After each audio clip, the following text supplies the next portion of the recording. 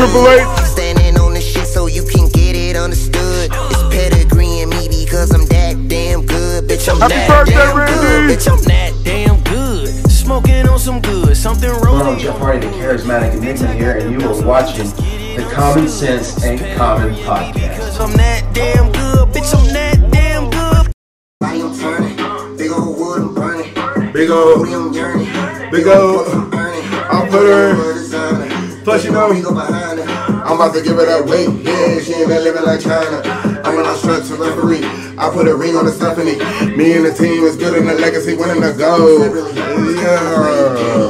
I had to change the name. Rolly the pen is plain. You couldn't find his name.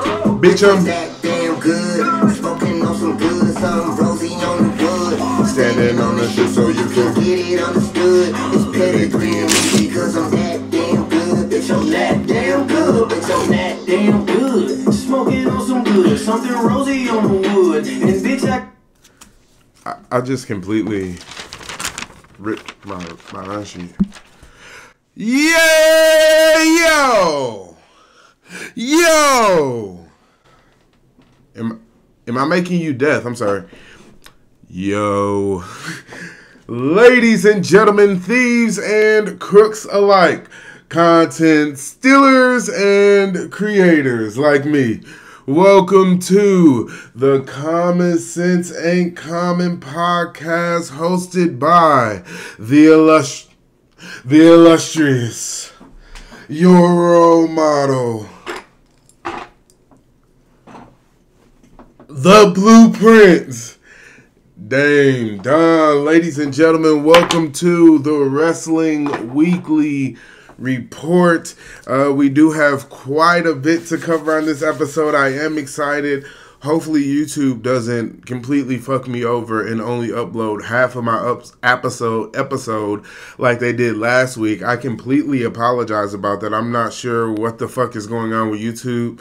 I honestly think it boils down to me needing a new laptop. I think I need a laptop with like better memory, because I even bought like the external hard drive with the memory, but it's whatever. Anyway, on this week's episode of the Wrestling Weekly Report, we will be picking the winner of the WrestleRave contest. We will also be talking about Roman Reigns reaching 1,000 days as champion. There's 101 injuries. There's 101 pregnancies. The Queen has fucking returned. We have new titles everywhere. Is Jay in? Is Jay out? We will talk about all of that and more on this week's episode of the Wrestling Weekly Report. Now, at the top of the show, I do want to remind everybody that the WrestleRave contest has officially come to an end. Once again, thank you guys so much for offering me the opportunity. Thank you guys so much for the opportunity for offering me to be a sponsor and even including me in this. I definitely do appreciate it. Of course, we were giving away the 2 tickets to the event that is on June 17th in Houston, Texas, in the Premier Arena. They have quite an amazing lineup for TIKI-Mania. So we have a singles match with Jay Sirius versus Rachel Rose. We have Kenny versus Sin. We have Juice Nick versus David Young. We have Aaron Mercer versus Yuya Yamira. We have the 8th Day versus Austin Reddick and Heidi Hausinger. Sorry about that.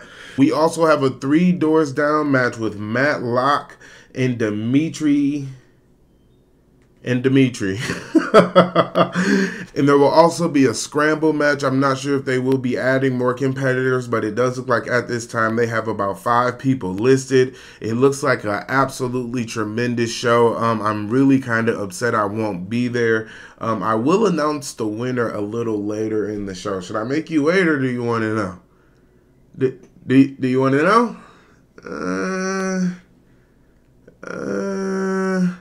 No. Congratulations to Roman Reigns on reaching 1,000 days as Universal Undisputed World Heavyweight WWE Champion, whatever the fuck the name of it is at this time. They presented him with a new GOAT title. They've also presented Asuka with a new GOAT title last night. Congratulations to Roman Reigns. They said that there hasn't been a champion that's hit 1,000 days in 440 years. I almost said 400 years.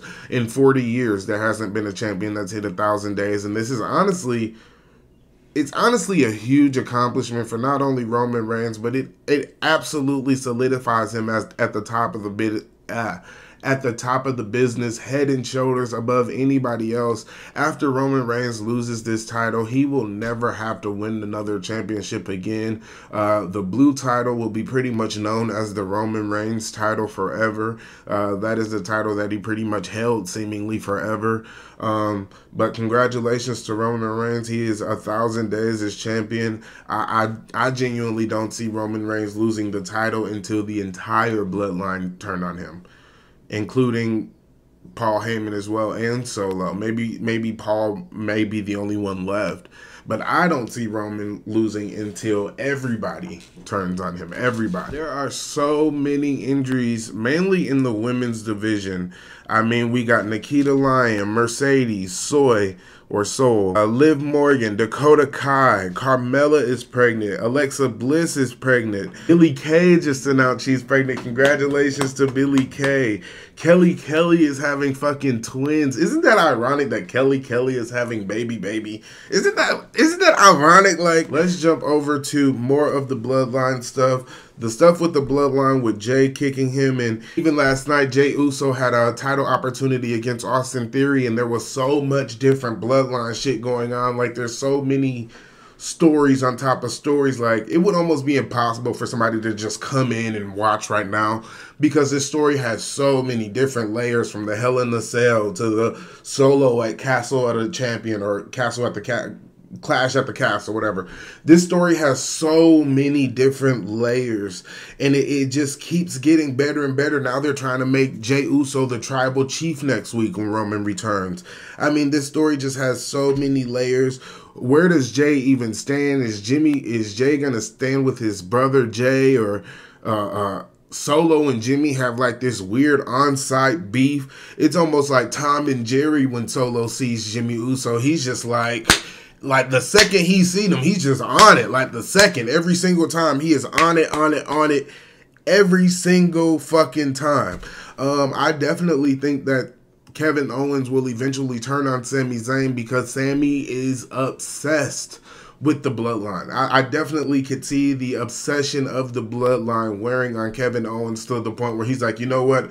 I'm done. Just go be obsessed with the fucking bloodline, and I'm going to beat your ass now because you can't focus on what we're doing. You're just so fucking obsessed with the fucking bloodline. I really want Sami to just kind of separate himself. I do kind of understand how he is intertwined, but I really wish Sami would just go away. I kind of want him to lose the tag titles just so he can stay on Raw. I also kind of feel like that's why him and Kevin have the titles, because that's kind of like their loophole for Sami to be on both shows and interact with the bloodline. I'm tired of it. Keep Sami away, but this will definitely eventually cost Roman Reigns to be, this will definitely eventually cost Kevin Owens to turn on Sami Zayn, just because he's fucking obsessed. He's fucking obsessed. Also, let's just jump around a little bit. I also want to congratulate Bianca Belair on being the longest reigning black and women's champion in WWE history. Well, for the black part, longest reigning modern women's champion, longest reigning black champion, period. So congratulations to Bianca Belair on that. That is an absolutely huge accomplishment. Just like the blue title will be known as the Roman Reigns title, I think it's safe to say the Raw women's title is the Bianca Belair title, along with Charlotte Flair, because of course she was the first. She is the queen. She is the queen. She was the first.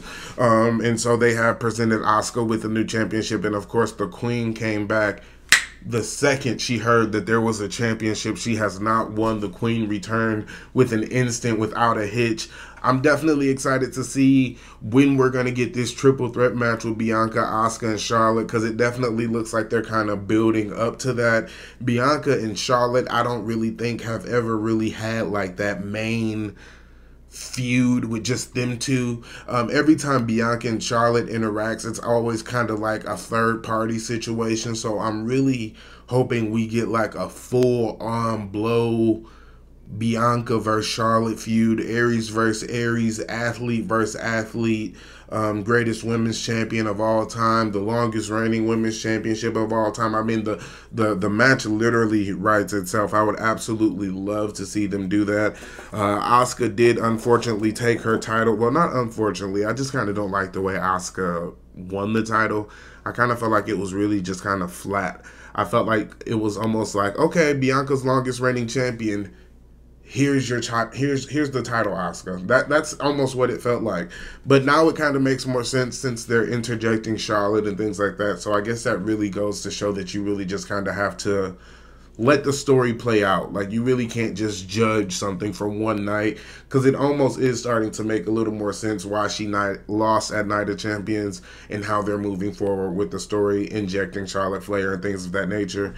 It does make a little more sense now, so I'm definitely excited to see where that goes and how we get that match. Of course, we got Charlotte Flair versus Asuka for the Women's Championship 3 weeks away on SmackDown, the night before Money in the Bank. So I'm definitely interested to see if maybe Bianca interferes and then they do a triple threat at Money in the Bank, or if they do a triple threat at SummerSlam, which I hope for because I plan on going. So hopefully something of that nature, but I'm definitely really excited to see where that goes. Dana Brooke has went back down to NXT, and she's just kind of looking for an opportunity anywhere she can get it. I definitely kind of feel like they're just kind of wasting these women's time, just putting them on main event, and they're actually having really good matches on main event that I feel like really only a handful of the internet in the house are seeing. They could definitely give these women matches on Raw, just these random singles matches on Raw, and give them storylines to make them entertaining, exciting, so they're not just random matches. I think, for the love of God, I don't know why they won't just put Emma and Dana Brooke back together. I mean, they're both right there. Is there something personal between these two why they don't want to be like a tag team? Like, I'm not understanding why they won't put Emma and Dana back together. It does look like they are kind of rebuilding the women's tag team division. It looks like that may be next on Triple H's list. They will be combining the women's tag team titles and the NXT women's tag team titles. Of course, Ronda and Shayna versus Alba and Isla Dawn.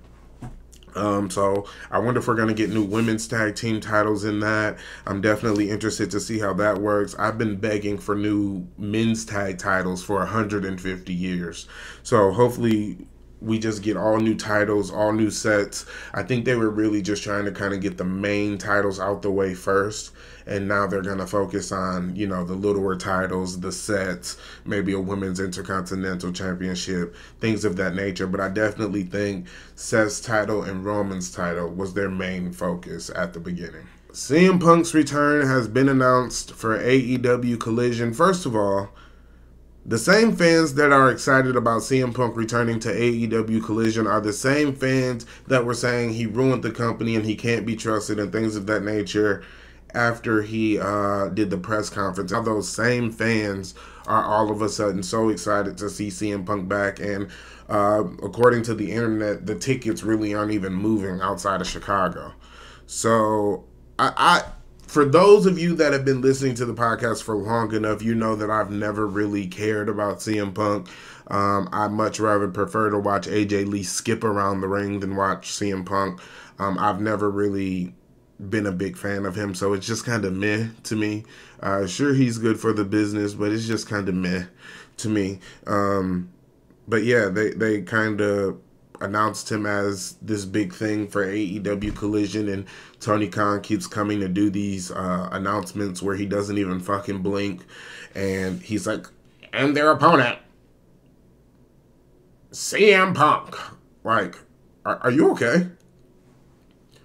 Like, I feel like his last announcement, he blinked like 5 times. Like 5 times. Also, I did talk about Matt doing the rap about somebody in WWE. I don't even remember who he did the rap about in WWE. Oh, Rhea and Dominic, he did the rap about. And of course, on Dynamite, AEW had to mention WWE again. MJF and Adam Cole did a promo and called him Keith Lee's manager, and Vince was right and all this. Why can they just not mention WWE, especially if they are like not in the lane or so much above WWE that they think they are? For one, I think you cannot compare WWE to AEW because it's not fair to AEW, for one. And for two, it's insulting as fuck to compare AEW to WWE. To the WWE. It's insulting as fuck. This company has been around for literally 1,000 fucking years. And now there's this company that's been along here for 4 years that you're trying to compare. It's almost like comparing the XFL to the NFL, or the college basketball to NBA. Like, it's not the same thing. It's not fair to AEW, and it's insulting as fuck to WWE. And it almost seems like on the internet, we can never just enjoy one thing without comparing it to the next thing. Like, why can we not just enjoy both products? Like, that is a thing, to just enjoy both. Or if you don't like it, don't watch it. Is that not a thing? Production, is that not a thing? If you don't like it, don't watch it? Is that... Okay. While we're on the topic of AEW, there was discussions at Forbidden Door for Sasha Banks versus Rhea, Paige, Mercedes Moné. I'm sorry, I still call them by their WWE names. I'm definitely one of those people, like, whatever you were introduced to me as is your name for life. So it's not like to be insulting or anything, but her name is Sasha Banks and her name is Paige. But they were having conversations about possibly doing a match, and this is, again, on the internet, so who knows if it's true. It's probably bullshit, but who knows. But there is absolutely a great opportunity for Sasha and Paige to have a really, really nice match. I mean, if you think about it, the promos coming out of this match alone, Sasha ended Paige's career. Can you imagine if they had Paige go into that as the heel? Like, oh, you bitch, you broke my neck, you did it on purpose. You know what I'm saying? Like, they could really have a lot of meat and potatoes out of this story if it was done right, if it was done properly, and of course, if Sasha is healed in time. I would definitely be looking forward to seeing Sasha Banks versus Paige, Mercedes Moné versus Saraya at Forbidden Door. If it actually happens, that would be an absolutely huge match. Huge match. I don't know how people would think otherwise. Huge match. I'm not really sure what's going on with Brian in AEW and the Blackpool Combat Club. It seems like he's just kind of more doing commentary for the most part, which is understandable. He's had like a history of concussions and things of that nature. But I need Daniel Bryan, to go back to WWE at least for 1 year after his contract expires. I feel like this run has been very lackluster. I feel like these people are... Because I feel like the bulk of like the veterans in AEW, they're not doing it for the money. They're not doing it for the exposure. Like, they just genuinely kind of want to help that younger base. But it almost feels like... sometimes it can seem like they're just watered down versions of their WWE selves. I would definitely love to see Daniel Bryan go and get another World Heavyweight Championship reign before he retires, at least one. Do some stuff backstage with WWE. I definitely feel like WWE is home for him. I know his wife just left, so maybe he kind of feels like he doesn't really have any ties there. Vince isn't there. He's a really big Vince guy, so maybe he just really doesn't feel like he has the ties there. But I would absolutely love to see Bryan Danielson back in WWE at least one time for 1 year, maybe one match, something. something. Last week we did talk about, well, on the review show, we did talk about Jade Cargill unfortunately being 60-1. I just think it's weird how all of a sudden Jade Cargill loses the championship and now the TBS title is on TBS every week. But before that, the TBS title was on TNT every here and there, and just backstage promo segments. And now Chris Statlander is your Intercontinental Champion every week. Like, and cool for the sign language and stuff like that, but why wasn't Jade getting the same respect? Why wasn't Jade on TV every week? Why weren't you? And sure, you could say, oh, well, she wasn't on TV every week because she's still improving in the ring. Chris Statlander is more of a veteran in the ring. She's more experienced in the ring. Okay, and that's understandable. But how the fuck is she supposed to get better if she's not in those situations, not in those predicaments? How? I actually would love to see if they sent Japan. I seen maybe a year ago, Bryan Danielson talked about sending Jade Cargill to Japan for a year, and she would return as a completely different competitor. I absolutely think that that would be the best move for Jade Cargill, just to kind of learn a completely different style, really hone her style and her craft. I'm not really sure how she could, go all the way to Japan. She has a kid and a husband and things of that nature, so I'm not really sure how that would work out for her personally. But career-wise, I definitely think if she went to Japan for a year and came back, Jade Cargill would be head and shoulders above the competition, and her in-ring aspect, her in-ring psychology would match that look that she has, because she is undeniably a star. When you see her, you know that she is a star. She knows that she is a star, and you can tell by when she gets up on that rope and she flips her hair around. She knows she that bitch. That's not just a cat phrase. She is really that bitch show. That's what we're watching, and I'm not watching it until that bitch returns. I'm not watching the show until it is officially that bitch show. Couple more things I do want to... Oh, let's announce the winner. Hold on. Before I forget, drum roll, please. I had to take 2 names out of here, so let's just see.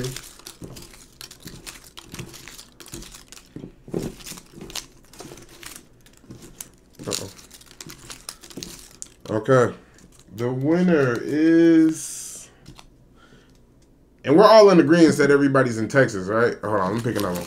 We're all in agreement that everybody's in Texas, so everybody can hopefully make this show on June 17th in Houston, Texas, at the Premier Arena. Thank you to everybody that's entered. If you did not comment done, unfortunately, I probably don't have your name in here, but hopefully there's more giveaways to come. The winner of the Houston, Texas TIKI-Mania 2 ticket contest is... Okay, wait, the winner is... Son of a bitch. Mike Dave. My cousin Mike is the winner. Mike, I will DM you and let you know how to obtain your tickets. I think they're actually just going to put you on the VIP list or something like that. 2 tickets. Yeah, enjoy the show. Enjoy the show. TIKI-Mania. You are the winner. Actually, hold on. I was going to call him, but never mind. Never mind, because I just want to finish the episode. I only got 3 more things. Let me just finish. But congratulations, Mike. Enjoy the show. Last couple things I want to talk about. Jordan Devlin possibly joining the Judgment Day. I was the first person to talk about this on Twitter. It got like 100 and something likes. And now everybody's like, oh, he's going to join because Finn trained him. Bitch, I said it first. No, I'm just joking. I'm just joking. But no, I really was the first person to say it. But they really do have the history. I really do hope they put JD in the Judgment Day. That would absolutely be tremendous. Definitely student teacher. You can almost give JD and Dominic the tag titles. Damian Priest, the Intercontinental Championship. Finn Balor, the World Championship. Rhea Ripley, the Women's World Heavyweight Champion. You can have the Judgment Day have all the titles in a year. Why not? Why not? Dominic can't even fucking speak when he puts the microphone to his mouth. Why not? Next, I want to say Samantha's introduction for not only Imperium, but solely Gunther. And especially after he wins the match, she is putting her all into these introductions. Samantha's introduction of Gunther and Imperium will go down in history like Howard Finkel and Chris Jericho, like Lillian Garcia and Triple H and Shelton Benjamin. Samantha will go down in history for, and your winner, and the Intercontinental Champion,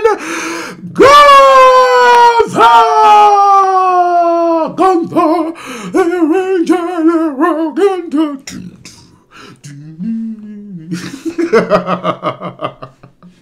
I absolutely love that. That is all I have for this week's show. We will, of course, jump back in, do more next week. I am just kind of playing catch up a little bit, so I hope that's okay with you. Of course, this was the show I actually had prepared for last week, but I forgot we were having like 3 full days of wrestling, so this is kind of like last week's show with a little bit of sprinkled information. I do want to get more into Triple H's like his run as official. Was Vince better with time management and divas matches and women's matches and things of that nature?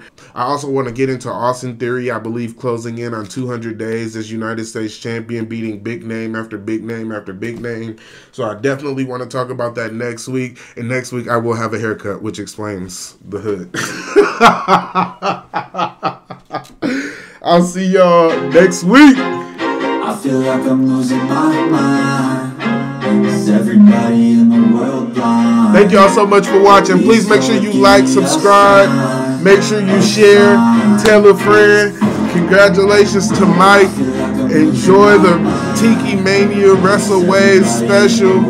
Thank you, WrestleRave, for the opportunity. I definitely appreciate it. Thank you guys for watching. I want to be the greatest. Everybody on the fake shit. I look around, I feel like everybody is the fake, cause I make this every day and I'm impatient. Hoping one day I blow up from the basement, stay lit. The top is so vacant, I don't hear shit that I think is amazing. Waiting for my day when I'm playing sold out shows for 1,000 faces. Hey, give me that crown, get in my way and get put down. Hitting a place all